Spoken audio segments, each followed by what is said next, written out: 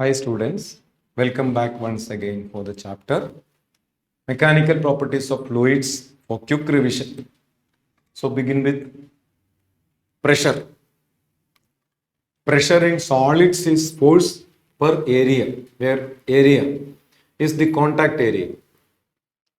Pressure in fluids is H rho g when it is measured at the base and H rho g by 2 when it is measured at the side. Side pressure, fluids can exert lateral pressure at sides can also be measured as H rho g by 2. Pressure at base is H rho g. So pressure at side or lateral pressure is also called average pressure. That's pressure in fluids. The basic fluid pressure principle is called Pascal's law. Pascal's law states that when a fluid is at rest at same horizontal level, pressure remains same. When fluid is at rest at same horizontal level, pressure is same. But when levels different, pressure is different. At more depth is measured from surface, pressure is more. Can be stated in other way.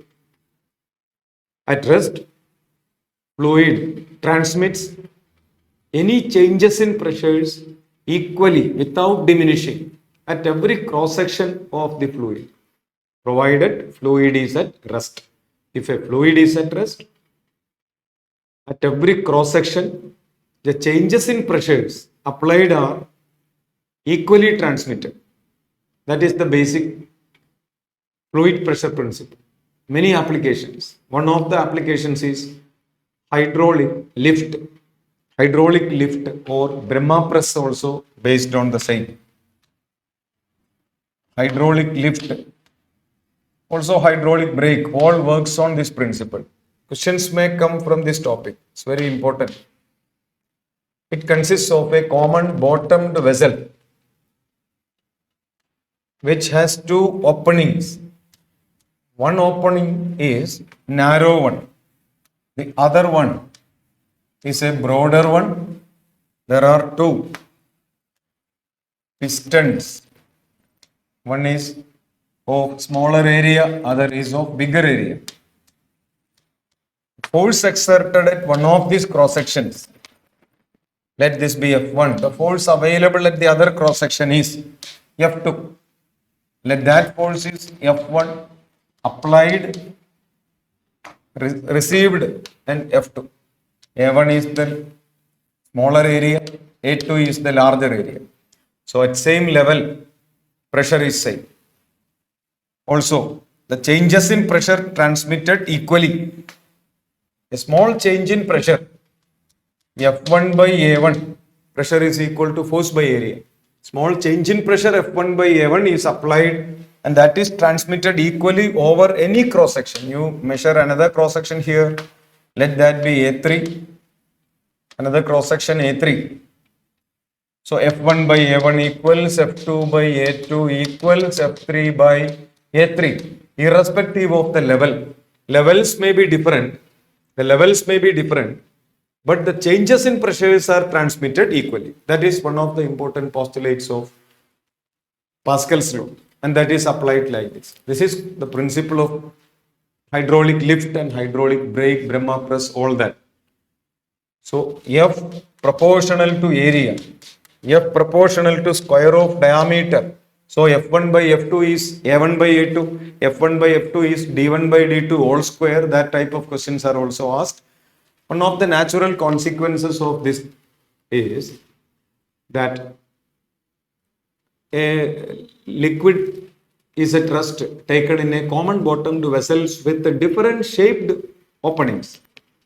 Irrespective of the different shapes of different openings, the level of liquid will remain same in each of those narrow and broad openings.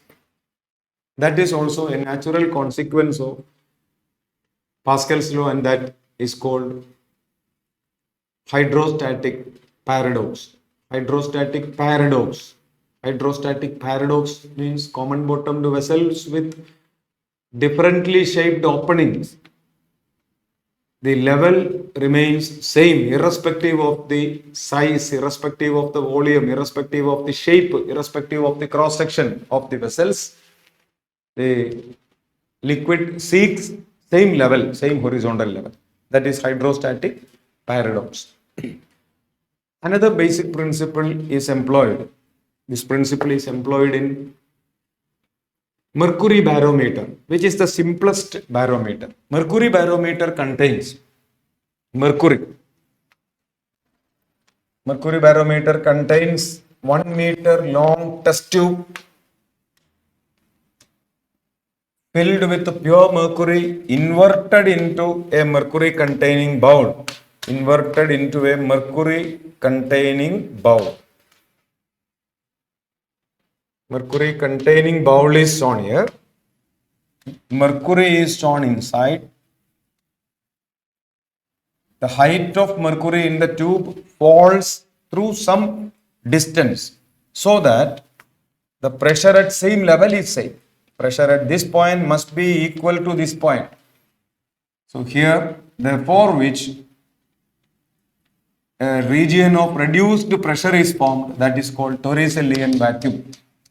Torricellian vacuum.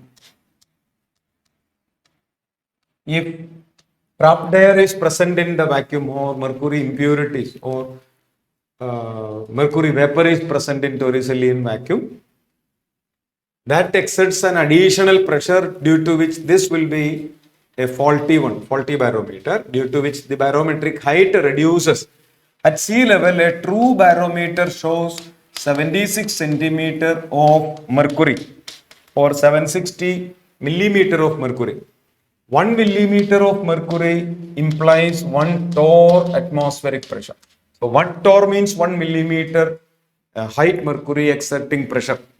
1 torr pressure is exerted by 1 millimeter height of mercury. Okay. And the unit of pressure is Pascal. 1 torr and Pascal conversion. 1 atm is 10 to the power 5 Pascal. Close to 10 to the power 5 Pascal, approximately 10 power 5 Pascal. The correct value 1.013 into 10 power 5 Pascal is called 1 atm. That is also atmospheric pressure. And 1 torr, when we converted into Pascal, you get 133 Pascal by head. 1 torr is equal to 133 Pascal. Height of an equivalent height of water for doing the same is 10 meter, close to 10 meter. So height of water barometer is 10 meter. Height of mercury barometer is 76 centimeter, 760 millimeter, 0.76 meter. Okay, Torricellian vacuum, all this by her. Tilting of this barometer tube does not make any changes in vertical height. When you take a true mercury barometer to altitude, atmospheric pressure decreases, that's why the height decreases. So that would be less than 76. When you take the true barometer to a mine or to an open well, then the atmospheric pressure increases, that's why barometric height also increases.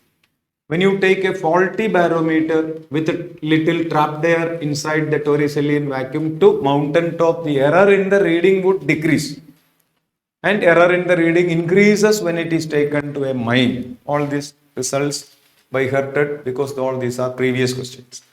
So mercury barometer works on the principle of Pascal's law. Another one is U-tube or open tube manometer. Manometer measures gauge pressure. Gauge pressure is the excess pressure than atmospheric pressure. So it contains an open tube or U-tube. Open tube or U-tube whose one limb is open and the other limb is closed. One limb open, other limb closed. And contains some manometric denser liquid. Suppose the heights of manometric liquids do differ like this.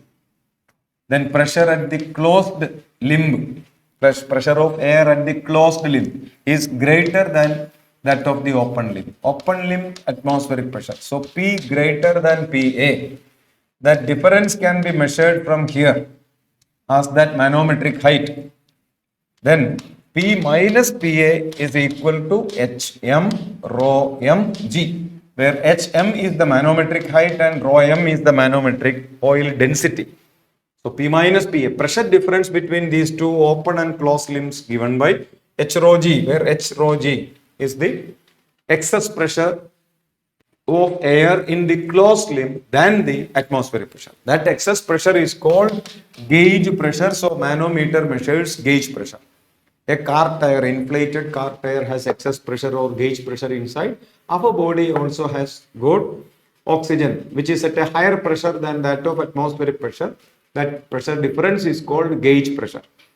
A soap bubble in air has gauge pressure inside, excess pressure inside than atmospheric pressure.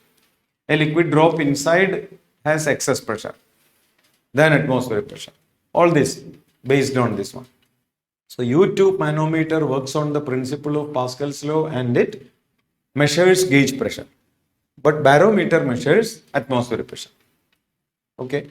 Now the fluid static principles, other important one is called law of flotation. Law of flotation. When a body floats in a fluid when there is an equilibrium of two forces. One is the weight of that body measured when it was in air. Now, the buoyancy or upthrust. So, weight is equal to upthrust. The net force acting on that body is zero. So, net force acting on that body is zero. Then apparent weight, which can be measured as weight in air minus upthrust in that liquid, that also will be zero when a body is floating. So when a body is floating, net force acting on that body is zero, apparent weight also is zero. So that is called law of flotation. A ship is when floating in water at the surface, weight is equal to upthrust. A submarine can be made floating underwater. So any body which is floating need not be at the surface. It can be anywhere inside also. Inside water also. Submarine, a fish while floating, it is underwater. A blue whale which is floating underwater. Okay. So whenever it is floating in a liquid, weight is equal to upthrust. Okay. Law of flotation states that when weight is equal to upthrust, the body floats. The another law is Archimedes principle. Archimedes principle states that whenever a solid is immersed partially or wholly in a fluid, it displaces some amount of fluid. The weight of the fluid displaced is equal to the upthrust. Weight of the fluid displaced can be written as volume of the fluid displaced into density of the fluid displaced into acceleration due to gravity. Upthrust or buoyancy can also be measured as mg, where mg is the weight of that solid.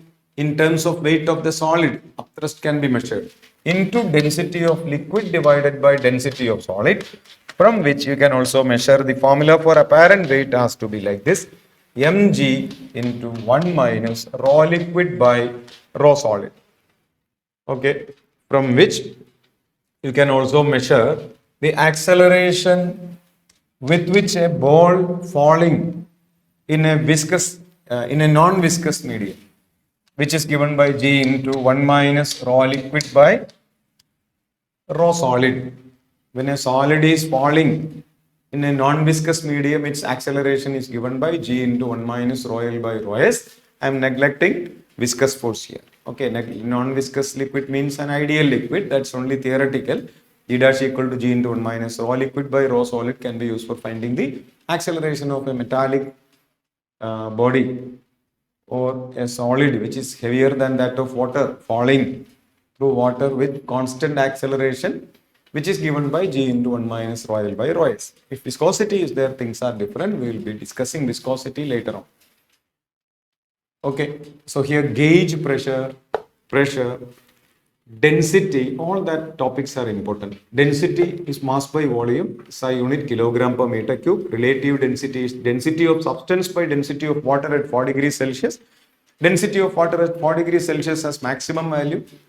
that is 1000 kilogram per meter cube. Specific gravity also called relative density. Specific gravity of water is 1, which is equal to the relative density in CGS system, 1 gram per centimeter cube. Relative density, for example, for kerosene is 0.8, which is the specific gravity of kerosene 0.8. Density of kerosene is 800 kilogram per meter cube in SI and 0.8 gram per centimeter cube in CGS. Okay, density of aluminium is 2700 kilogram per meter cube and its relative density is 2.7. Density of mercury is 13,600 kilogram per meter cube and its relative density is 13.6. All these things are to be revised well. Then we will be moving to the next topic called viscosity. Viscosity, or sometimes called coefficient of viscosity, is a proportionality constant. It is measured as the ratio of viscous force per unit area and velocity gradient. This was asked in 2022 mains paper. Viscous force per unit area is called shear stress. So viscosity can be measured as shear stress divided by velocity gradient can be measured as shear strain rate. Shear strain rate. So velocity gradient can be measured as shear strain rate, means rate of change of shear strain is called velocity gradient. So shear stress by shear strain rate is viscosity. Viscosity has its SI unit, Pascal second. That also was asked in 2022 mains paper. Viscosity measured as the product of units of pressure and time. Units of pressure and time you multiply, you get viscosity. Poiseuille is the SI unit. 1 Poiseuille equal to 10 poise. 1 Poiseuille also called 1 decapoise. So 1 poise is called 0.1 Poiseuille. That unit is important. Its dimension is Pascal second.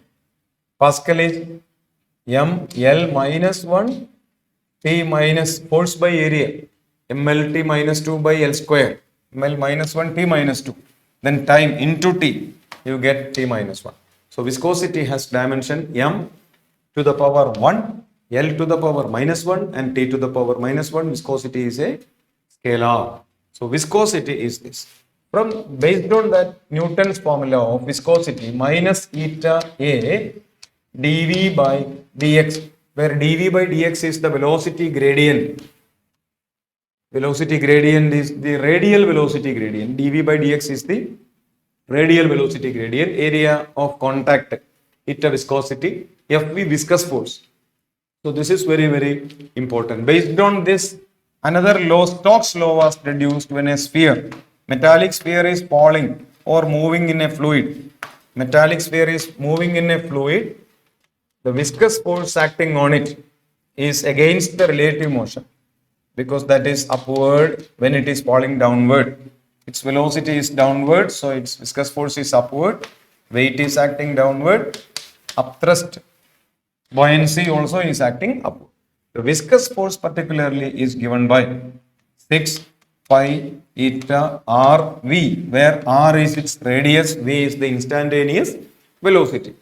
When this solid is immersed in a fluid, as the solid is so heavier, maybe a metallic sphere, and that experimented by George Simon Stokes, 3 forces mg, viscous force and upthrust acting, then as mg greater than viscous force plus upthrust, it accelerates down, it picks up velocity downward, then the viscous force also comes upward. Then a stage comes where the net force acting on this body becomes 0. Then the body moves with a constant velocity called terminal velocity. When velocity v is equal to vt, the balancing of forces would be like this: mg equal to fv plus u, where fv is equal to mg minus u. When terminal velocity has attained, viscous force is a constant. Viscous force can be measured as mg minus u. This one also was 2022 mains paper, which is mg into 1 minus density of liquid divided by density of that solid. Viscous force can also be measured like this, can be measured like this also. Okay, from this argument, we can reduce the equation for terminal velocity. Terminal velocity is equal to 2 by 9. 2 by 9 r square into density of solid minus density of liquids. 2 by 9 r square raw solid minus raw liquid into G divided by viscosity. Viscosity is also coefficient of viscosity eta, proportionality constant. Fv stands for viscous force. Viscous force is F. Viscosity is eta. Both are not same. Viscous force is equal to viscosity only when viscous force is equal to viscosity. Only when area is unit and velocity gradient is also unit. That's a definition of viscosity. Viscosity can be defined as viscous force or the tangential restoring force between neighboring layers in relative motion per unit area per unit velocity gradient. So F is equal to eta when area is unit, velocity gradient is also unit. Okay, that's all about viscosity. A liquid when flows, it can have two types of motion. One is streamline and the other is turbulent. Streamline flow is a slow flow, steady flow, very slow flow, in which each of those particles moving at that instant will have same velocity of those particles which are moving through the same point before previously. മുൻപ് ഏതെങ്കിലും ഒരു പോയിന്റിലൂടെ പോയിരുന്ന പാർട്ടിക്കിളിന്റെ അതേ speed തന്നെ ആയിരിക്കും പിന്നീട് അതേ സ്ഥലത്ത് കൂടി അതേ പോയിന്റിലൂടെ കടന്നു പോകുന്ന എല്ലാ പാർട്ടിക്കിൾസും പിന്നീട്. That is streamline flow. Slow flow. Fast flow is called zigzag flow or turbulent. When flow is turbulent, layers will mix together. When flow is streamlined, layers will not mix together. Mixer grinder is an example of turbulence inducer. When a solid is placed across a flowing fluid very slowly, you can induce turbulence. Whether a flow is streamlined or turbulent, to identify, there is a mathematical parameter which is called Reynolds number. Reynolds number. Letter used is R. Last year and every mains papers we used to see this one. We can also be expected in Neet paper. Reynolds number R is equal to Vc rho d by eta, where Vc is a velocity called critical velocity, beyond which flow starts to be turbulent. Rho density of the liquid, d the characteristic linear dimension of that pipe through which the liquid is made to flow, to identify whether flow streamline or turbulent. Eta viscosity. If Reynolds number is less than or equal to at the most 1000, flow remains streamlined. Okay, as per NCERT, I am giving you the data. If R is greater than 2000 or much larger than 2000, then the flow is completely turbulent. But if between 1000 and 2000, it starts to be non-steady or turbulent.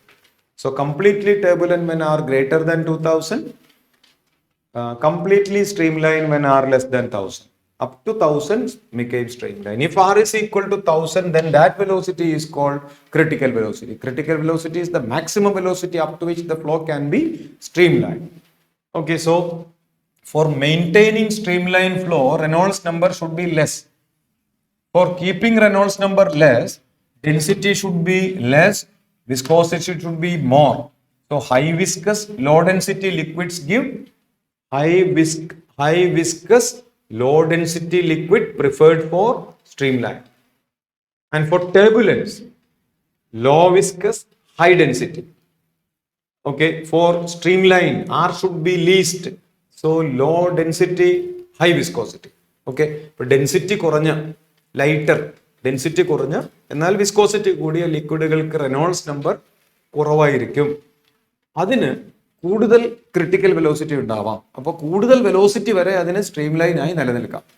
അപ്പോൾ ഏത് ലിക്വിഡിനായിരിക്കും കൂടുതൽ critical velocity വരെ streamline ആയി നിലനിൽക്കാൻ കഴിയുക?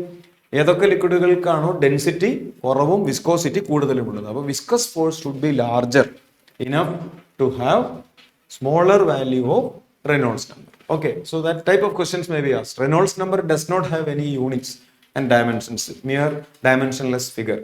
Okay, Vc is called critical velocity. Okay, right? That's all about Reynolds number. and viscosity. So we have learned streamline flow, turbulent flow, Reynolds number, viscosity, velocity gradient. Viscosity is measured as the ratio of viscous force and divided by shear strain rate. Viscous force divided by area per shear strain rate or stress by strain rate. Stress by strain is shear modulus, but stress by strain rate is viscosity. Remember, stress by strain is shear modulus. Stress by strain rate is viscosity. So viscosity, that topic is important. Viscosity of all liquids generally decreases with increase of temperature, but viscosity of all gases generally increases with increase of temperature. Because when temperature increases, the rate of diffusion also increases. When temperature increases, rate of diffusion increases. That's why viscosity increases. But when temperature increases in liquids, viscosity decreases, because when temperature increases, the intermolecular distance also increases, the force decreases, so viscosity decreases in liquids. Now, we have to move to the other topic, equation of continuity and Bernoulli's theorem. First, we start with equation of continuity. Equation of continuity. Continuity equation is a basic law of nature, which is the conservation of mass. You have a pipe of varying cross section with area A1 and A2 at two different locations, and assuming flow through that tube to be streamlined, then A1 V1 products A2 V2 are same. A1 V1 is equal to A2 V2 provided the liquid is incompressible. Densities do not change on changing the area. Then A proportional to 1 by V, it's mass conservation. Area velocity graph rectangular hyperbola. Velocity proportional to 1 by R square. V1 by V2, A2 by A1. That all things are important. Okay, then the care should be careful. Should be careful. Suppose minimum radius and maximum radius are given. That was asked in last year mains. Then you try to write like this also. A max V min is equal to A min V max. Then what is V min divided by V max? Last year many children made mistake here. V min by V max is what? A min by A. It should be A min by A max. Students may wrongly write the reciprocal because area proportional to 1 by V, so V max by V min equal to A min by A max, that's incorrect. Only you think like this, V minimum is, numerator is minimum, so area should be minimum, numerator should be minimum on the right side also. So this formula is important. Okay, many children made mistake in the last mains paper. So equation of continuity. A1 V1 equal to A2 V2 if liquids are incompressible. But if density change is to be considered, then A1 V1 rho 1 equal to A2 V2 rho 2. Area into velocity dimensionally is volume per second. But area into velocity into density dimensionally is mass per second. So mass per second is area into velocity into density, AV rho. Mass per second is AV rho. Mass per second flowing a cross section is AV rho. Volume per second crossing a cross section is area into velocity. So mass per second AV rho. Volume per second AV. Okay. These things are very important. That's equation of continuity. Now, Bernoulli's theorem states that the sum total of three energies, kinetic energy, half mv square, potential energy, gravitational potential energy, mgh, plus pressure energy, P delta V, is a constant for ideal fluids. Ideal fluids are those fluids which are incompressible and non-viscous. While telling incompressible, the vibrations of molecules are neglected at the release of pressure when during flow. During flow, when pressure released, molecules may vibrate vigorously, neglecting that. Then, when area is reduced, if the density is increased, that is also neglected. Liquids are incompressible. That's why there is no vibrational energy, we assume, as per Bernoulli's theorem. Another one is non-viscous. No viscosity. So the adjacent layers during relative motion, they will not exert any viscous dragging force, due to which there is no heat loss. When two types of losses in energies, vibrational energy and heat energy, are neglected, then only three types of energies are there when flows: kinetic, potential, and pressure energy. Okay, this can also be written as half rho v square dividing throughout by volume plus rho gh plus p equal to another constant. Half rho v square is kinetic energy density. Rho gh is potential energy density. P is pressure energy density. Pressure energy density is P. Pressure energy P delta V. What is pressure energy? P delta V. Pressure energy density. Pressure energy per unit volume. Pressure. Previous scheme question. Pressure energy per unit volume is called dash. It's pressure. Okay, half rho V square can be written as V square by 2G. Throughout rho G you divide rho G. Then H plus P by rho G equal to another constant. All these constants cannot be equated because these constants are different. This first term is called velocity head. Second term is called gravitational head. And third term is called pressure head. Sum of these three heads is a constant. So it's very important. Bernoulli's theorem. Many applications and natural consequences. First one is Venturi meter. Venturi meter works on Bernoulli's theorem. Venturi meter is a constricted horizontal tube which can be used for measuring speed and also rate of ideal fluid. Venturi meter consists of a constricted vessel like this. The vessel has a constriction like this. Constricted vessel has an opening also here. Through that opening, an open tube manometer is fitted with manometric liquid like this. Here you can see two cross sections. Cross section A1 through which fluid streams with velocity V1. The other cross section A2 velocity V2. Manometric liquid, as velocity is greater in smaller cross sections as per equation of continuity, V2 greater than V1 because A2 less than A1. So here velocity is more. So their pressure will be less as per Bernoulli's theorem. So the slower fluid will exert more pressure, due to which the manometric level will fall in the left limb and rise in the right limb. Then there will be a difference in height called manometric height. So this pressure difference P1 minus P2. P1 minus P2 can be measured as HM rho m G. Okay, as per Bernoulli's theorem, as the pipe is horizontal, there is no gravitational head. So you can say P1 minus P2 equal to half rho into V2 square minus V1 square. Here P1 minus P2 is HM rho m G, where rho m is the density of the manometric liquids. Okay, here rho is the density of the liquids whose speed or rate is to be measured. That is equal to half rho V2 square minus V1 square. In addition to that, you can use A1 V1 is equal to A2 V2. Using these two equations, you can solve any one of the problems in Venturi meter. Next one is Torricelli's law. Torricelli's law, speed of a flux. You have an open tank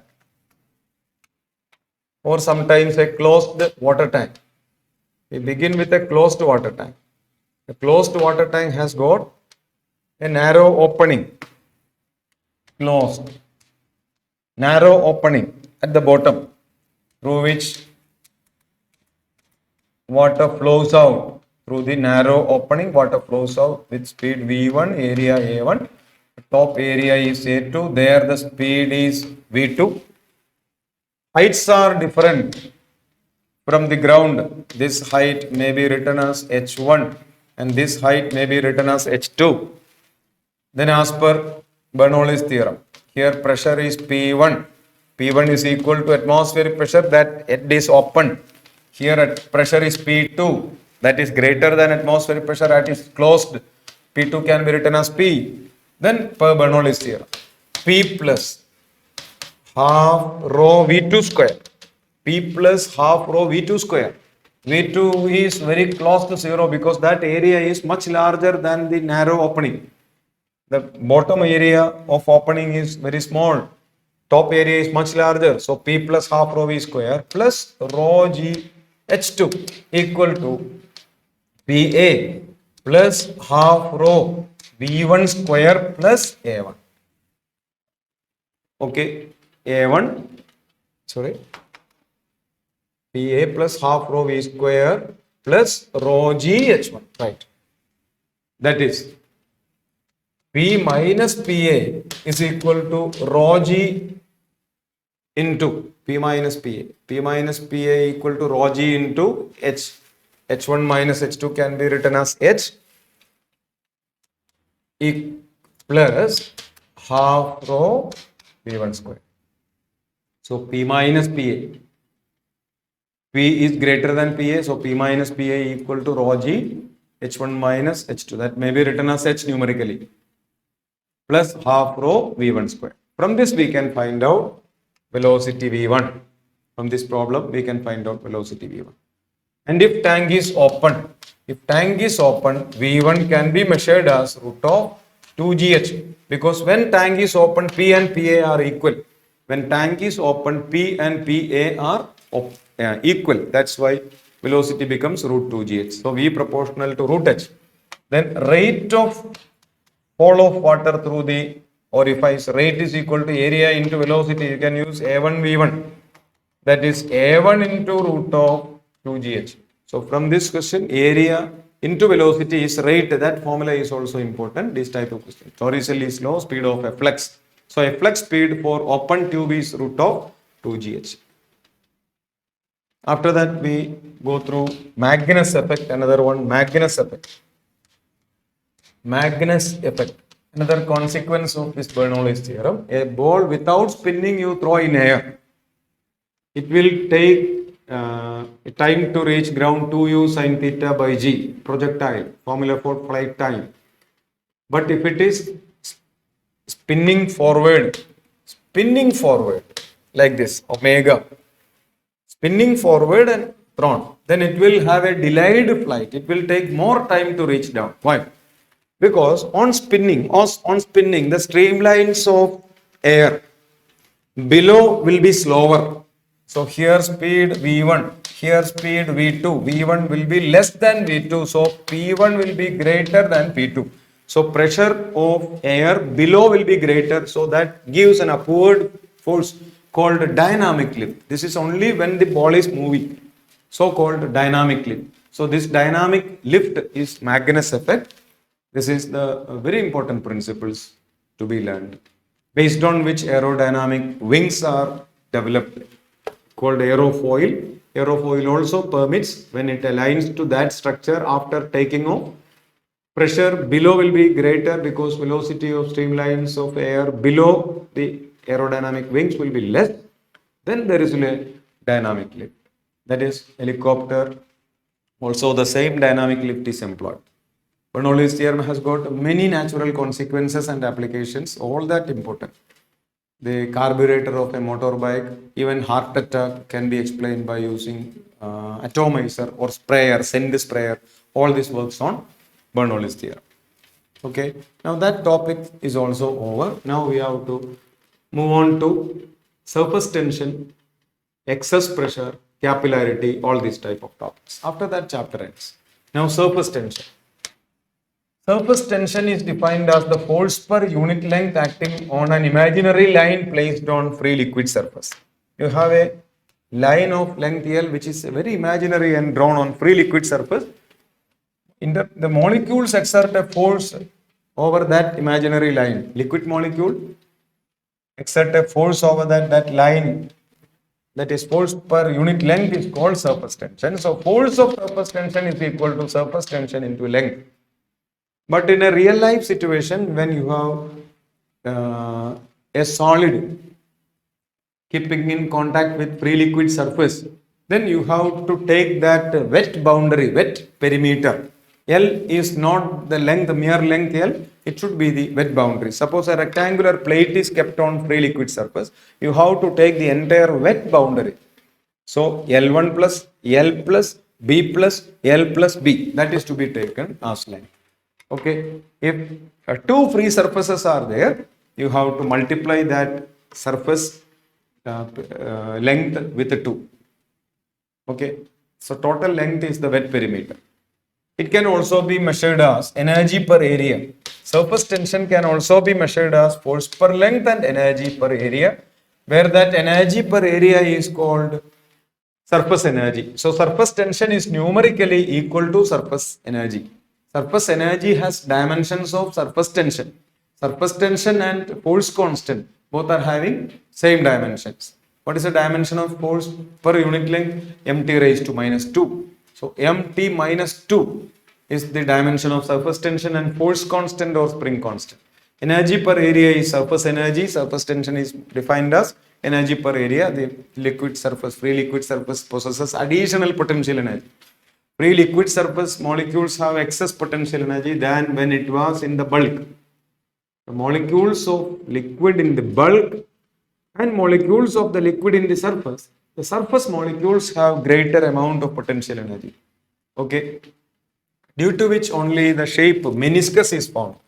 A free liquid surface may be plane, may be convex, may be concave. If you consider due to the surface tension, there will be a pressure difference across the 2 points above and below. If the pressure above P1, pressure below P2, P1, P2, P1 and P2. And here is air, here is air, here is air. Below is that liquid. Then if the surface is flat, P1 is equal to P2. If the surface is a curved, P1 is not equal to P2. There is a pressure difference between the 2 points just above and below. Here, pressure in the concave surface is greater. P2 will be greater. That is due to surface tension. Here, pressure P1 is greater than P2. That is due to the force of surface tension. So there is an excess pressure. That excess pressure P2 minus P1 can be measured as 2 S by R, where R is the radius of curvature of this meniscus. R is the radius of curvature of the meniscus. Here O is the center of that spherical surface. S is the surface tension of liquid air interface. SLA stands for the liquid air interfacial surface tension. When a solid is placed in a fluid,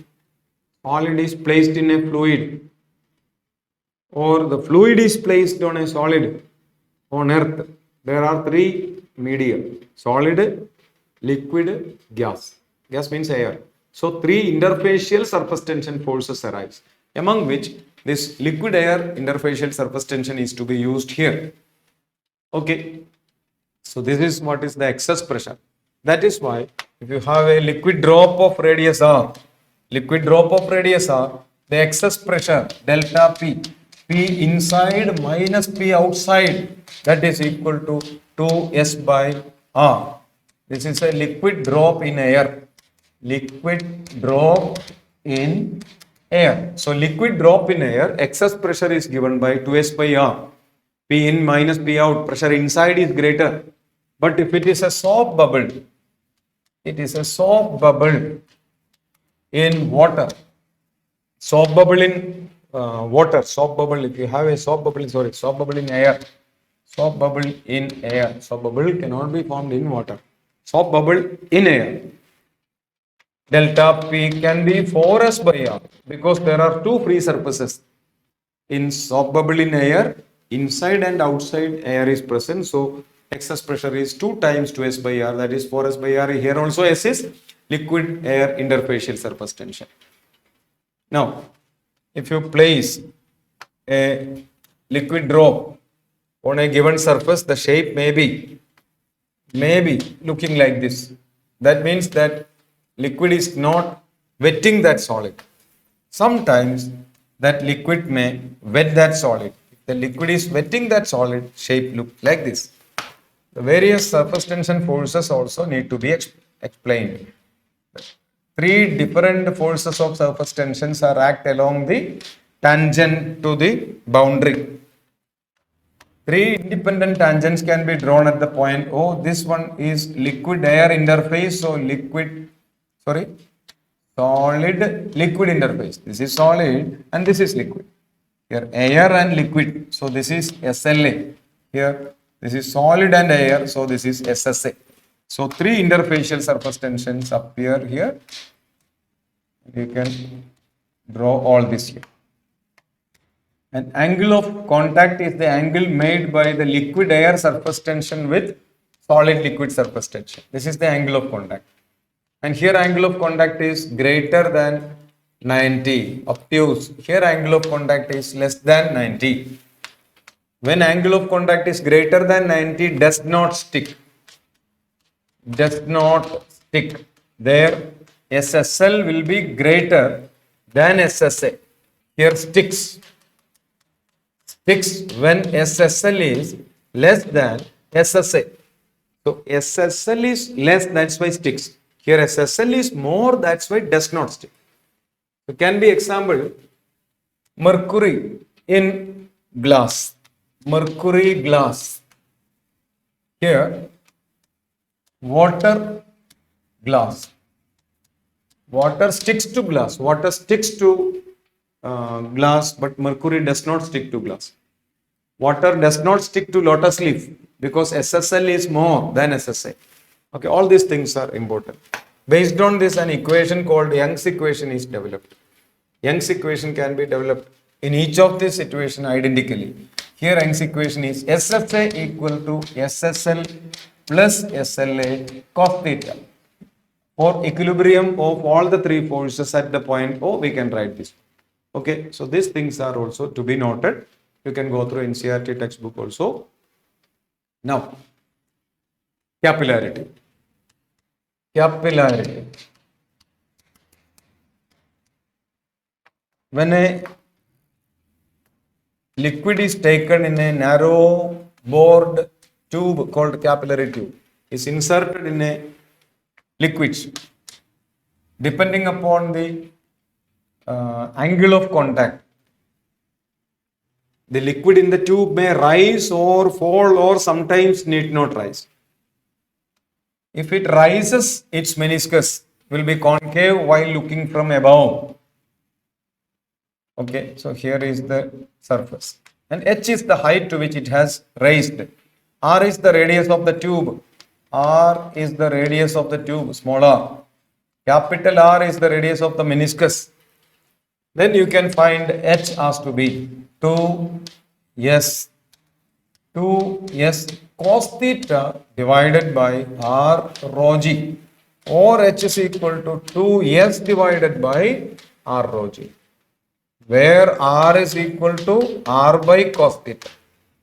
So capital R is equal to small r divided by cos theta, where capital R is the radius of the meniscus, small r is the radius of the tube. Anyway, h proportional to 1 by r. HR graph is a hyperbola, rectangular hyperbola. If theta is 90, h is equal to 0. If theta is acute, h is positive. Here h is positive because theta is less than 90. Angle of contact can be measured here. Angle of contact is the angle made by the tangent to the liquid air interface made with the solid in liquid. The tangent liquid in agatha solid angle of contact. H is equal to 2s cos theta by r rho g. If theta is equal to 90, height is equal to 0. If theta 90, there is an example. When water is taken in silver made capillary, angle of contact is 90. So it neither ascends nor descends. It will be flat. Meniscus will be flat.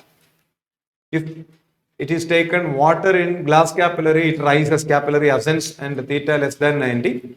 If you take mercury in glass capillary, that undergoes a descent and the meniscus would be convex one.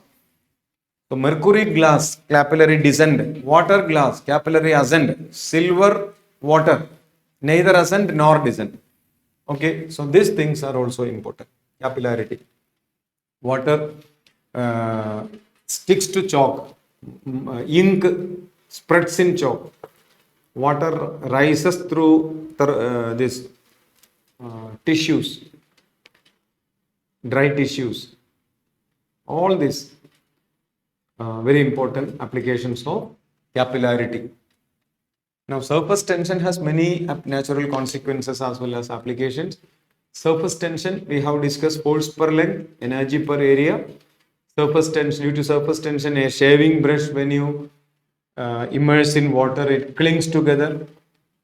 You can take few iron nails in an old newspaper and just pack it without tying it and gently keeping it on water surface. The paper, due to capillarity, water rises in paper, and due to increased weight, paper sinks down, but most of the iron nails is seen to be floating. But a gentle tap is given, all that iron nails sink down. Okay, that initially it was floating only because of force of surface tension. Insect can walk on surface of water due to surface tension. If you take an iron frame with a handle, insert in thick soft film, so that a thick film is spread over this, and a light thread of any regular shape is kept over this, like this. Okay, then also that film is there both inside and outside without breaking the thick soft film. Now you prick at the middle, gently using a pin. You prick at the middle. What happens on prick, doing this at the middle? That wire frame also assume circular shape. This is due to surface tension force, because these molecules are there here only. After pricking, no molecules are found inside. So as to attain minimum surface area, the molecules contract. That's why the surface area inside should be maximum. For a given perimeter, surface area is maximum for circle. That's why to have maximized surface area, inside is area maximum, outside is area minimum. This is the consequence of surface tension forces. So for given perimeter, a circle has maximum surface area. Okay, that's one of the mathematical wisdom that we know. Then capillarity, surface tension, this type of questions also may be asked there. When temperature increases, surface tension of water decreases, that we have learned. Surface tension of water can be decreased either by heating it or by adding detergent. On adding detergent, surface tension of water decreases. On heating, surface tension of water decreases. That's why we used to wash our dirt cloths in hot water together with little detergent. So the wash is more clean in hot water also if detergent is used. Detergent reduces surface tension. But if a waterproofing agent is added, that increases surface tension, hence angle of contact. So surface tension increases when waterproofing agent is added. When walls are painted, the chance of sticking water onto the wall is less, because surface tension increased, angle of contact increased from acute to obtuse. So on adding waterproofing agent, angle of contact increases. Okay, students, these type of revision videos you have to go through totally. Okay, you need not make any short notes of that. You just listen to that leisurely. Maybe tirelessly studying, few of you, and you may be going through these videos and watching the entire parts of the video may be helpful to you. Okay, we have discussed almost all the topics. Surface tension topic is very important.